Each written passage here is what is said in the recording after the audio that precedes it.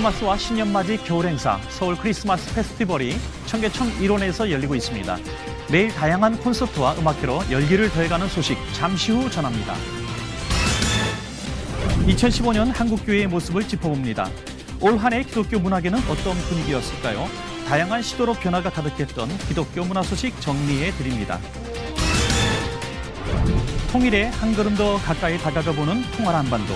고려대 남광규 교수와 함께 오늘은 공포정치를 일삼은 김정은 정권의 지난 4년을 돌아봅니다. 안녕하십니까? 문강원 목사입니다. 지난주 남북의 여성 기독단체가 개성에서 10년 만에 공식적인 만남을 가졌습니다. 민족 화해와 단합, 평화 통일을 위한 모임이었다는데 민족의 동질감을 뛰어넘어서 어머니의 마음이라는 공감대가 있기에 더욱 훈훈한 시간이 됐을 거라 생각됩니다. 또 내년에는 평양에서의 만남을 계획한다고 하는데요. 다시 만날 소망이 있다는 것이 얼마나 감사한 일입니까? 2015년의 마지막 날입니다. 새로운 시작을 위한 희망의 약속 하나쯤은 우리에게도 꼭 있었으면 참 좋겠습니다. C채널 매거진 굿데이, 오늘은 12월 31일 목요일입니다.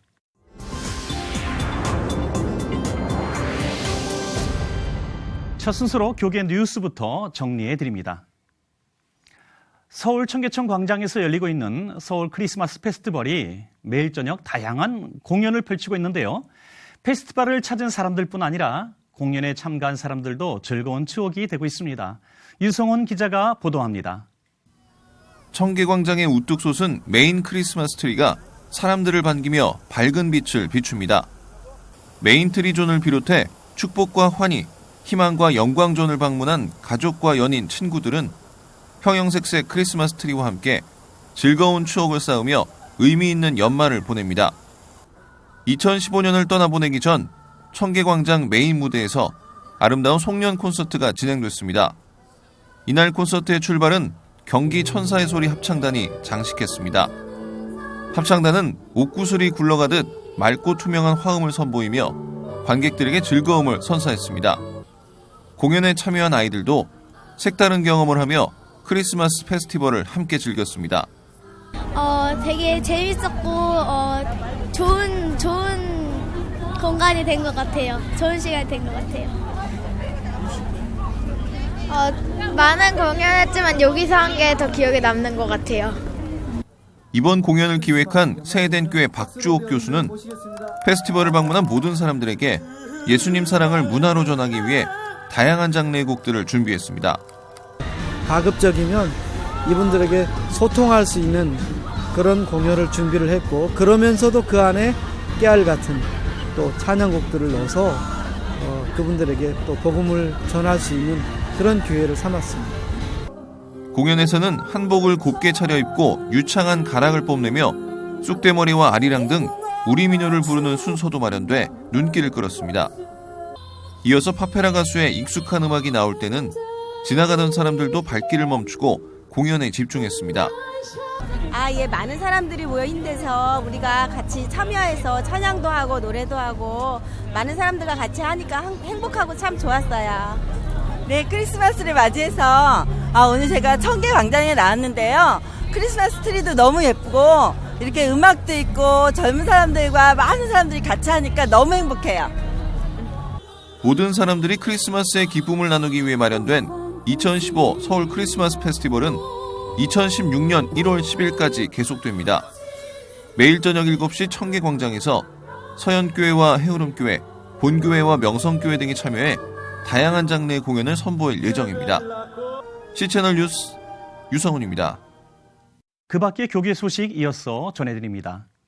서울 명성교회는 27일 공동회를 열고 당회장 김사만 목사를 원로 목사로 추대했습니다.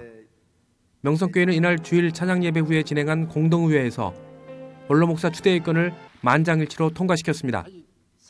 명성교회는 당분간 노회에서 임시 당회장을 파견받아 교회 운영을 맡길 계획입니다. 김사만 목사는 27일 주일 마지막 설교에서 시편 116편 말씀을 중심으로 보답할 수 없는 은혜라는 제목으로 설교했습니다. 김 목사는 우리는 자기의 공로를 말할 필요도 없고 기억할 필요도 없습니다. 다만 하나님의 은혜에 감사해서 지난 35년간 섬긴 것이라고 설교했습니다. 명성교회 새벽 기도를 전 세계에 알린 김사만 목사는 대한예수교장로회 통합총회장과 한국기독교교회협의회 회장을 역임했으며 한국교회 평화통일기도회 대표회장으로 한반도 평화통일운동에 기여하고 있습니다. 나라박 소식입니다. 2015년 우리는 많은 사람들을 떠나보냈고 또 새 생명을 축복하기도 했습니다. 이별한 수많은 사람들 중에 이집트의 빌리 그레함이로 알려진 사람의 죽음은 알려지지 않았습니다. 중동 최대의 복음주의 교회를 담임한 무니스 압둘루어 목사님의 이야기 지금부터 전해드립니다. Unknown by many Americans, Pastor Manis Abdel-Noor was a giant of the faith, not only in Egypt, but throughout the Middle East. He was a fearless Christian who, despite fierce opposition, introduced hundreds of thousands of Muslims and others to Christ. Last September, he died from Parkinson's disease at the age of 85. 5 days after his passing, I was invited into Pastor Noor's home to meet with his son Fareed, daughter Violet, and his widow Nadia.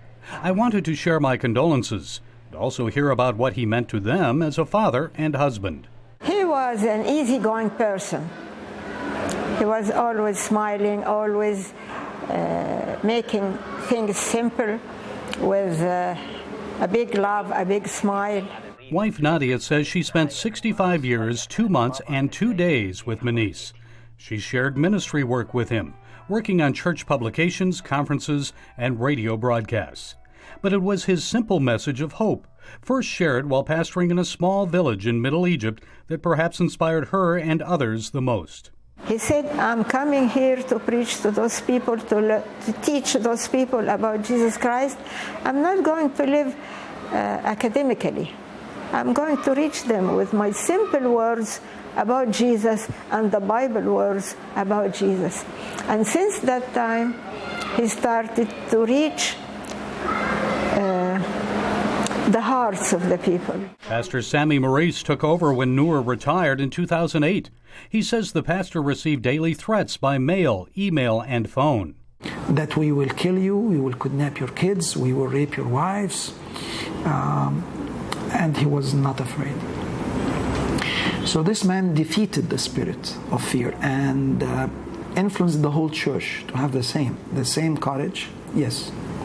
And because of it, he led many non-believers to faith in Christ. During Noor's more than 30 years as pastor, regular attendance at Qasr el-Dabara Church grew from 300 in 1976 to as many as 8,000 worshipers today. Members of his church family and those who worked with him say they'll miss the man they called Abuna, Father Manis. He would say, give all the glory to God. Give all the glory to Jesus. I'm a vessel of clay, but with a treasure inside. And the treasure is Jesus Christ. Gary Lane, CBN News, Cairo, Egypt. 이번 주 사흘에 걸쳐서 2015년 교계 결산을 보내드리고 있습니다. 오늘은 마지막 순서로 올 한 해 우리의 삶을 더욱 풍성하고 아름답게 만들어준 기독교 문학의 소식을 박여명 아나운서가 정리해드립니다.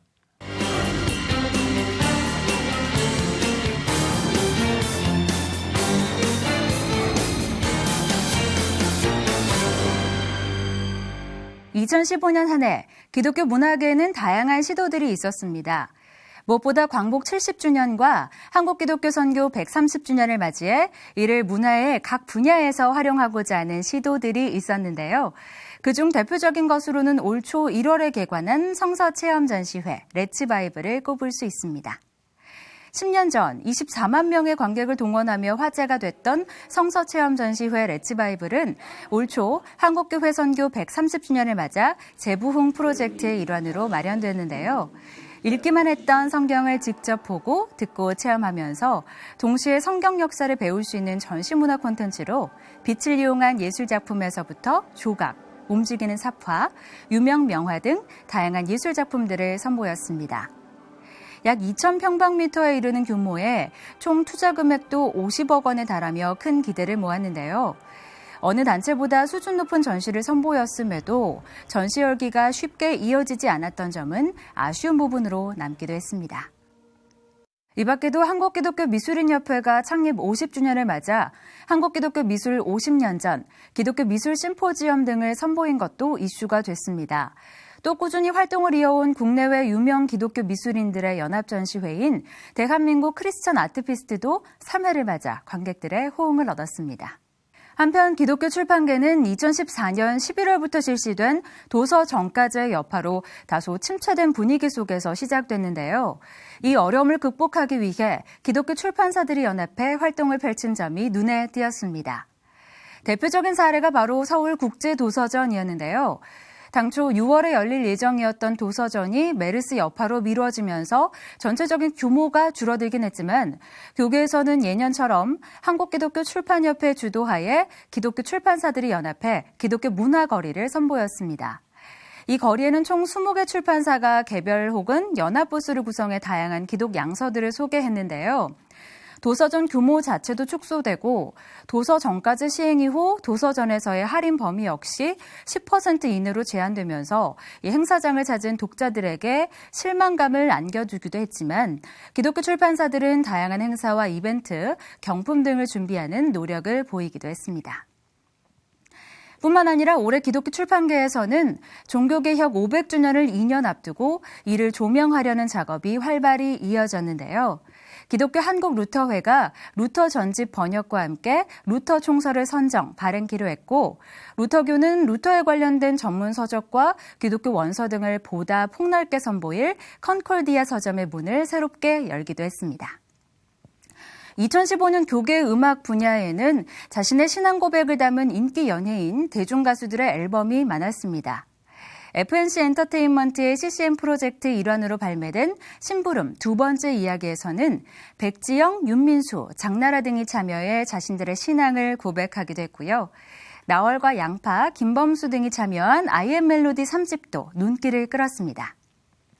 또 플라이 투 더 스카이의 브라이언, 개그맨 윤형빈이 참여한 더 메시지 앨범과 울랄라 세션의 프로젝트 팀, 울랄라 프레이즈의 정규 앨범, 써니데이도 있었는데요. 대중들에게 잘 알려진 가수들이 찬양 앨범을 잇따라 발매하면서 믿지 않는 사람들에게도 음악을 통해 복음을 전할 수 있는 기회가 마련될 수 있었습니다. 반면 CCM 시장의 침체 탓인지 신인 사역자들은 쏟아졌지만 이렇다 할 주목을 받은 신인은 없었던 점이 아쉬움으로 남았는데요. 그나마 주목을 받은 신인 사역자로는 21 멤버의 언니로 알려진 공민영 정도를 꼽을 수 있었습니다. 그래서인지 올해도 CCM 앨범보다는 예배 실황을 담은 앨범들이 더 큰 사랑을 받았는데요. 올 3월에 새로운 라이브 워십을 발매한 문화사역단체 마커스의 예배 찬양들은 계속해서 CCM 차트 상위권을 차지하고 있고 5월에 발매된 찬양사역단체 제이어스의 라이브 워십 앨범도 사랑을 받으면서 떠오르는 CCM 사역단체로 주목을 받고 있습니다. 2015년 기독교 공연 분야는 다소 아쉬움을 남겼습니다. 다양한 작품이 소개되지도 특별한 시도가 있지도 않았기 때문인데요. 전반적으로 침체된 분위기 속에서 눈에 띈 작품들은 한정돼 있었습니다. 이 중에서 올해 주목해볼 만한 공연으로는 2013년에 이어 다시 막이 오른 지저스 크라이스트 슈퍼스타가 있었습니다. 지저스 크라이스트 슈퍼스타는 전 세계적으로 잘 알려진 작품이자 우리나라에서도 꾸준히 사랑을 받고 있는 작품으로 성경을 토대로 한 탄탄한 스토리에 완성도 높은 음악, 화려한 무대, 스타 배우들의 열연까지 더해지면서 관객들의 눈과 귀를 만족시켰습니다. 이 밖에는 올해로 마침표를 찍은 문화행동 아트리에 112 프로젝트 창작 뮤지컬 유한계시록과 작은 교회들이 쉽게 공연을 할 수 있도록 3인의 배우들로 작품을 만드는 오병이어 프로젝트, 북촌 아트홀이 매년 올리고 있는 크리스마스 공연 특별한 손님과 7번째 시즌에 돌입한 철로역정 등이 그나마 기독교 공연의 명맥을 이어갔다고 할 수 있겠습니다.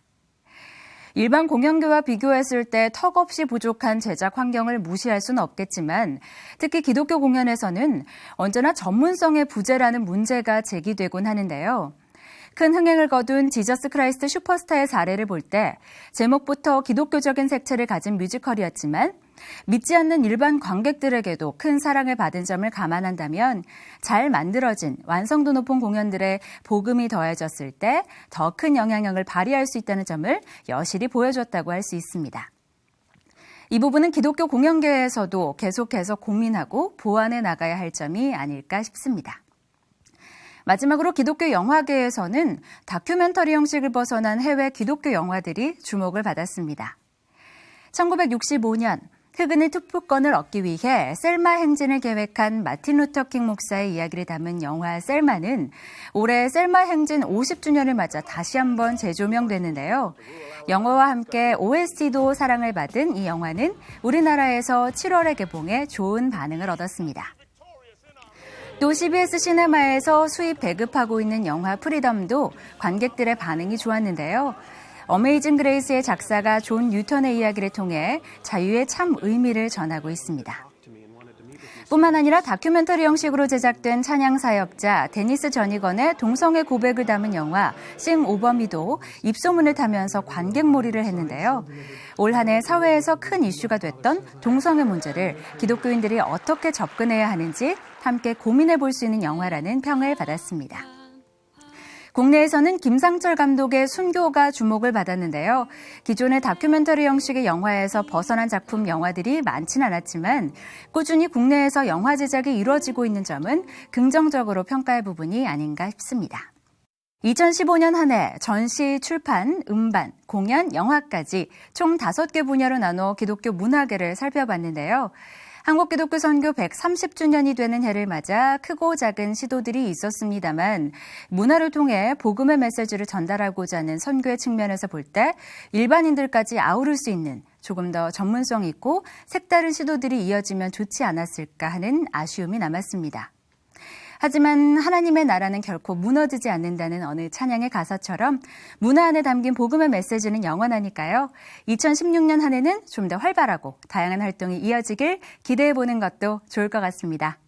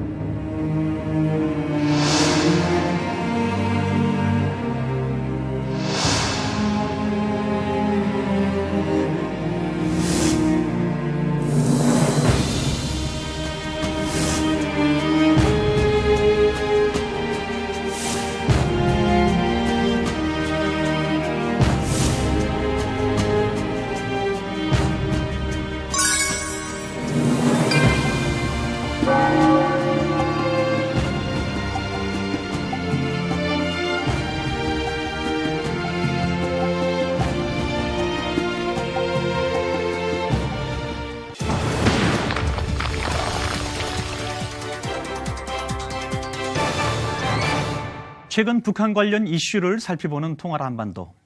고려대학교 아세아문제연구소 남강규 교수님과 함께합니다. 교수님 안녕하십니까? 네, 안녕하세요. 교수님 벌써 2015년도 마지막 날입니다. 예, 벌써 1년이 다 됐네요. 네. 지난 한 해 동안 참 교수님 통해서 북한 관련 소식 많이 들었는데요. 한번 정리 좀 한번 해주시죠. 올해 뭐 간단하게 정리를 한번 해볼까요? 네. 연초에는 이제 김정은이 뭐 남북 최고위급 간의 만남도 가능하다. 또 우리 대통령님께서도 뭐 남북 정상회담도 뭐 괜찮다 그러면 할 수도 있다. 뭐 이런 언급까지 나와가지고 좀 기대가 높았는데 그러나 올해 남북 관계 여전히 좀 어려운 부분이 많았죠. 네. 특히 그 지난 8월 달에 북한이 그 목함 지뢰 도발로 인해서 남북 간의 이 전쟁 국면이 조성되지 않았습니까? 네네. 북한이 스스로 준전지 사안이라고 만들었는데 그때 마치 우리 대통령하고 국민들이 일치 단계에서 잘 대응함으로써 오히려 북한이 상당히 그 자세를 낮춰가지고 대화로 들어왔죠. 뭐 그래서 좀 남북 관계가 좀 9월부터는 조금 이제 누그러뜨려지는 그런 모습을 보여줬습니다. 근데 그 성과로 10월 달에 그 이산가족 상봉 행사가 1년 8개월 만에 다시 재개되지 않았습니까? 네네. 뭐 그런 성과도 있었고 또 지난 그 가을부터 아마 그 이산가족 상봉을 전후해가지고 지금까지 민간의 그 대북 방문 교류 이런 부분이 과거 5년에 비해서 많이 늘었습니다. 한 뭐 최소한 5배 정도 늘었거든요. 뭐 이런 거는 이제 작지만 성과라고 볼 수 있죠. 그렇지만 이제 이번 12월 11일 날 열렸던 그 남북 그 당국자 회담, 이게 7년여 만에 열렸는데 네. 사실 그 아무런 합의도 못하고 결렬되었죠. 그래서 이런 걸 보더라도 올해도 사실 남북 관계가 기대한 만큼 그렇게 진전되지는 않았다. 그러나 일단은 그 하반기부터 대화의 어떤 계기는 마련된 상황이기 때문에 이제 내년을 한번 좀 기대를 해봐야 되겠죠. 네네. 김정을 제1위원장이 이제 승계된 지 한 4년 차로 접어들고 있는데요. 벌써 이렇게 4년 차가 되었는데 지난 4년간에 있었던 일들 가운데 중요한 일 좀 정리해 주시죠. 예. 2011년 12월 달에 김정일이 이제 사망함으로써 권력을 바로 승계해서 이제 만 4년이 넘었죠, 이제. 그리고 후계 기간이 한 2년 정도 있었고요. 그렇게 했었는데 이제 후계자가 이제 되고 난 다음에, 공식 지도자가 되고 난 다음에 아무래도 지난 4년간은 갑자기 준비 안 된 상황 속에서 또 아주 그 어린 나이에 북한의 최고 지도자가 되다 보니까 역시 자신의 권력 기반을 어떻게 강화하느냐가 역시 제일 관건이었죠. 네네네. 그래서 지난 4년을 보게 되면은 계속 자신의 그 권력 강화에 가장 중점을 둔 그런 모습이었다. 또 그러면서 북한 주민들한테는 이제 그 새로운 지도자로서의 어떤 업적을 보여줘야 되는데 그러한 업적은 주로 이제 그 스키장 건설이나 또 물놀이 또 그 평양의 그 대규모 시설물 또 주택단지 조성 이와 같이 그 대규모 시설 건축물 이런 걸 통해 가지고 이제 북한 주민들에게 좀 지도력을 부각시키려고 했던 그런 모습도 보여줬고요. 네. 또 하나 이제 아무래도 나이가 좀 젊다 보니까 평양이 좀 많이 변한 것 같아요. 네. 평양에 이제 약간 좀 자본주의적 사도로 많이 들어오고 그전 김정일 시대 때보다는 좀 그 밝은 모습들 그런 모습들을 우리가 발견할 수가 있고 네네. 또 하나 이제 김정은 시대 들어와가지고 마음대로 국가가 북한 주민들에게 그 제공해 줄 수 있는 여력이 없기 때문에 그 전까지는 좀 제한을 했었던 이 장마당을 가지고 사실상 이제 그 허용한 거죠. 방관했다는 것은 허용했던 얘기인데 네네. 그걸 통해 가지고 장마당이 급속하게 성장했다. 이런 것들이 이제 하나의 그 4년간의 북한 내부의 모습이고 네. 반면에 이제 그 김정은이 이제 2013년도 3차 핵실험을 하고 난 다음부터 국제적 고립이 더 깊어졌죠. 네네. 그래서 국제적 고립은 계속 더 심화된 상황 속에서 아직 집권이 이제 4년이 넘었는데도 불구하고 정상회담을 한 번도 하지 못하는 이런 지금 모습을 보여주고 있습니다. 네. 또 나름대로 많은 일들을 했겠지만요. 경제적으로 또 열심히 했고 또 나름대로 어떤 장마당이라든지 이런 일들도 있겠지만 우리가 이쪽에서 뉴스를 통해서 접해본 지난 4년간의 일들은 저희 기억 남는 것은 숙청과 처형 이거밖에 기억에 남지 않습니다. 그렇죠. 예, 예. 어떻게 보십니까? 그래서 이제 그 전에 이제 북한 경제가 그 김정일 씨도 조금은 나아진 것 같은데 또 어느 정도 나아졌는가에 대해 가지고 우리가 정확하게 네. 판정하기는 어렵습니다. 그러나 우리가 방금 말씀하신 것처럼 주로 접했던 것들은 네. 숙청이었죠. 그렇죠. 그래서 과거 이제 김정일 시대 때 만들어 놓았던 김정은의 후견 인사들이 대부분 다 이제 숙청됐죠. 올해 네네. 이제 4월 달에 현영철이 고사포로 이제 처형됨으로써 네. 처참하게 했는데 대표적인 것은 역시 이제 고모 부인 장성택 숙청이 가장 큰 충격이었죠. 네, 그랬죠. 그리고 이제 올해 또 현영철로 네. 이어졌는데 이로써 사실상 이제 김정일 시대 때 만들어 놓은 김정은의 후견 인사들은 대부분 다 이제 처형당하거나 정치적으로 수충당하거나 아니면 이제 현직에서 물러나거나 이런 모습을 보여주고 있습니다. 그래서 새로운 인물들이 좀 등장하고 있는데 역시 이제 황병서가 어떤 군의 그 최고 실세 또 우리가 표현했을 때는 2인자라고 얘기가 되어지고 있죠. 그리고 황병서가 상당히 좀 주목을 받고 있고 또 이제 김현준 노동당 조직부장이 역시 또 주목을 받고 있고 또 하나 이제 특이할 부분들이 지난 그 목함지뢰 도발 때 황병서와 같이 왔었던 김양건이 상당히 그 일을 가지고 회담을 잘했다 그래서 북한에서 영웅칭호도 받고 올해 상당히 좀 부상되는 모습을 보였는데 어제 새벽 6시에 교통사고로 사망했다는 그런 소식이 지금 이제 북한에서 나와가지고 나왔는데 제가 봐서는 이게 교통사고 자연적인 교통사고의 가능성은 좀 낮지 않은가. 또 그렇게 보십니까? 예, 북한에서 보통 이렇게 그 고위급 인사 또 아무런 병이나 원인이 없는데 갑자기 교통사고가 당했다 하는 경우는 과거에 그 많은 사례를 보게 되면 이게 정치적인 이유와 연관되어 있거든요. 네. 그거 뭐 우리가 확실하게 밝힐 수는 없지만은 상당히 그 김 장관이 쉽게 얘기해서 잘 나가다가 갑자기 어제 새벽에 교통사고로 사망했다는 소식도 좀 충격적인 모습이었죠. 네네. 그리고 또 하나 이제 그 김정은의 여동생 이제 김여정이가 상당히 그 실세로 좀 부상한 해가 아닌가. 그러다 보니까 이제 김정은의 어떤 모든 일정을 이제 관장을 하고 또 실제 김정은과의 어떤 그런 그 독대 이런 횟수도 많이 늘어나고 있고요. 뭐 이런 모습들이 좀 볼 수 있고 또 하나 이제 그 개인 인사들 말고 전체적으로 보게 되면 이제 그 권력 지도부의 세대 교체가 이루어졌다. 네네. 그래서 대부분 이제 40대, 50대로 지도부가 지금 많이 교체되어 갔기 때문에 지난 4년 동안 이걸 보게 되면 그런 숙청이나 정치적인 어떤 이런 걸 통해 가지고 김정은의 사람들로 세대 교체가 많이 이루어진 그런 그렇군요. 모습을 우리가 볼 수가 있습니다. 네, 그렇군요. 또 김정은 지난 4년 동안 보면 꾸준히 추진한 일들이 있었는데 그 중에 하나가 또 미사일인데요. 예. 지난 10월에는 국제사회가 아주 집중적으로 보도할 정도로 심각했었는데 예. 여기에 대해서 말씀 좀 해주시죠. 지난 그 10월 10일 북한이 노동당 창건 70주년이었기 때문에 뭔가 이벤트적인 행사를 할 것이 아닌가. 네네. 그래서 장거리 미사일 발사 가능성이 높았는데 그러나 이제 그 당시 국제 정세가 북한에 대해 가지고 그런 부분에서 강하게 하게 되면은 큰 제재를 가겠다. 뭐 그런 분위기가 형성되지 않았습니까? 네네네. 또 하나 이제 그 중국하고 북한하고 사이가 10월 11일 계기 유인산 방불 계기로 좀 이렇게 좀 변화된 모습을 봤기 때문에 북한이 발사는 하지 않았죠. 네네. 그렇지만 올해도 꾸준하게 핵 능력을 향상시켰습니다.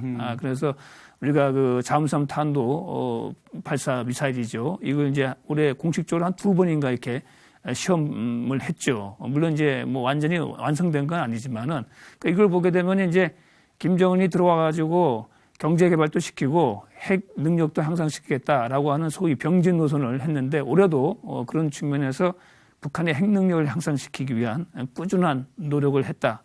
네. 그런 걸 우리가 이제 볼 수가 있는 것이죠. 김정일에 비해서 김정은은 이 후계 수업이 굉장히 짧았다고들 이렇게 얘기하는데요. 그렇죠. 그런 것들이 사실 김정은의 모든 이런 지도 체제에 영향을 미쳤을까요?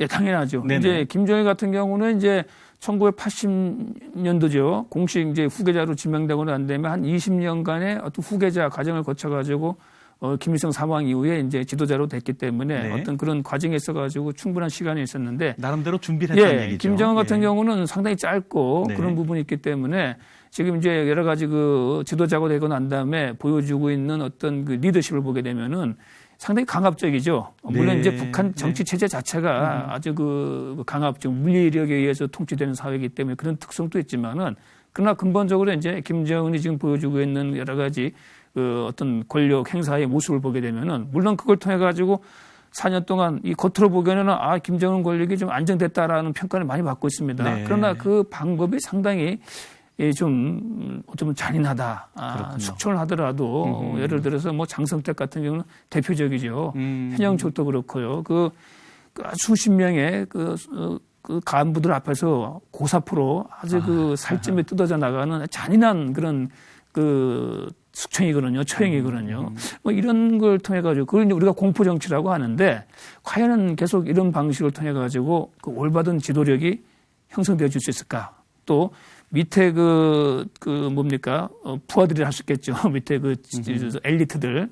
그리고 북한 주민들이 이제 진심을 갖고 최고 지도자로서의 어떤 그 존경과 복종을 할 수 있을까 하는 부분들은 상당히 아직은 좀 확인되지 않은 그런 부분이죠. 그렇기 때문에 이 공포 정치로 표현되어지는 김정은의 그 지금 통치 행태가 계속 이렇게 가다 보게 되면은 상당히 좀 어려운 국면이 초래될 수 있지 않을까. 그것이 제가 봤을 때는 아마 이제 며칠 안 남았지만은 내년이 사실상 이 김정은 권력이 정말로 내용까지로 이것이 안정되어졌는가 아닌가 하는 것을 좀 볼 수 있는 그런 어떤 분기점이 되는 해가 되지 않을까 이렇게 보여집니다. 북한의 소식을 들을 때마다 가끔씩 들려지는 소식 중에 하나가 이제 내부 균열에 대한 소식인데요. 네. 이렇게 김정은이 공포 정치를 계속 일관한다면은 그 간부들이 사실 굉장히 불안할 거 아니겠습니까? 예, 그렇습니다. 사실 제가 좀 전에 말씀드린 김양곤도 사실 교통사고로 하지만 이게 좀 제가 봐서는 네네. 그건 이해할 수 없는 오히려 그런 교통사고보다는 정치적인 어떤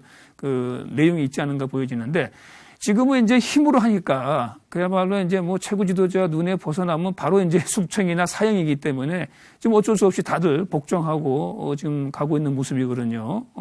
그런 상황 속에서 과연 저런 그 강압 정치, 공포 정치 해가지고 계속 권력을 다질 수 있는가 하는 부분에 대해서는 저는 좀 비관적인 입장입니다. 네. 왜냐하면 이제 이 북한이 지금 옛날의 북한이 아니거든요. 그렇죠. 지금 북한의 세대가 달라졌고 그리고 이제 장마당이나 이런 걸 통해 가지고 새로운 그 북한의 기존의 어떤 그 사상 이념 이데올로기도 통치할 수 없는 또 새로운 그 세대들이 지금 등장하고 있고 네네. 또 북한이 아무리 닫힌 사회라고 하더라도 이 외부 소식이 과거에 비해 아주 많이 그리고 아주 빠르게 들어가고 있거든요.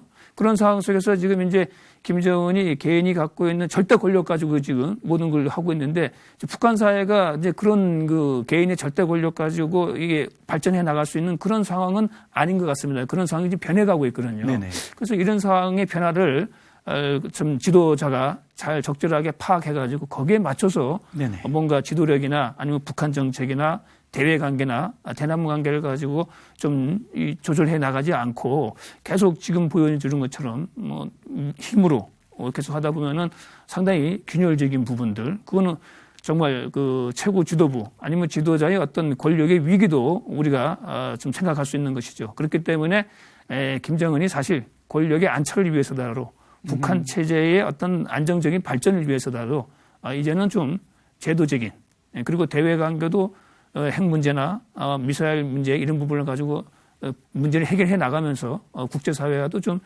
서서히 이제 손을 잡고 또 남북 관계에서도 지난 4년간 같은 그런 도발적인 행위를 중단하고 그야말로 남북이 합의한 내용을 성실히 이게 준수해 나가는 이런 걸 통해 가지고 북한 주민들에게 정말 도움이 될 수 있는 북한 주민들이 좀 잘 살 수 있는 그런 정책으로서의 리더십, 지도력을 보여줘야만이 김정은의 정권 북한 체제가 안정화되어질 수 있는 것이죠. 근데 지금까지 보여주는 것처럼 어떤 그 수령, 절대주의 권력 가지고만 계속 내년에도 한다 그러면은 상당히 저는 오히려 위기상이 좀 초래할 수도 있지 않은가 이렇게 보여집니다. 네네.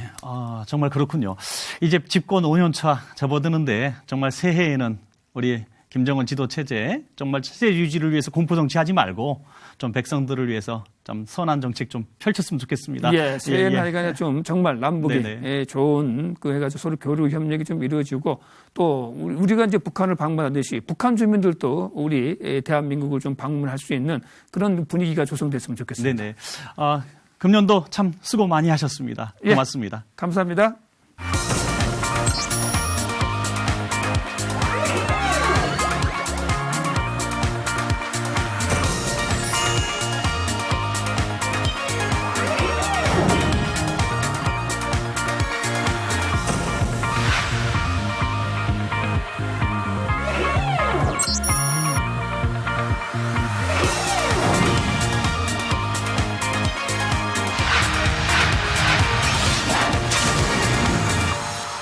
C채널 매거진 굿데이는 시청자 여러분과 함께하는 방송입니다.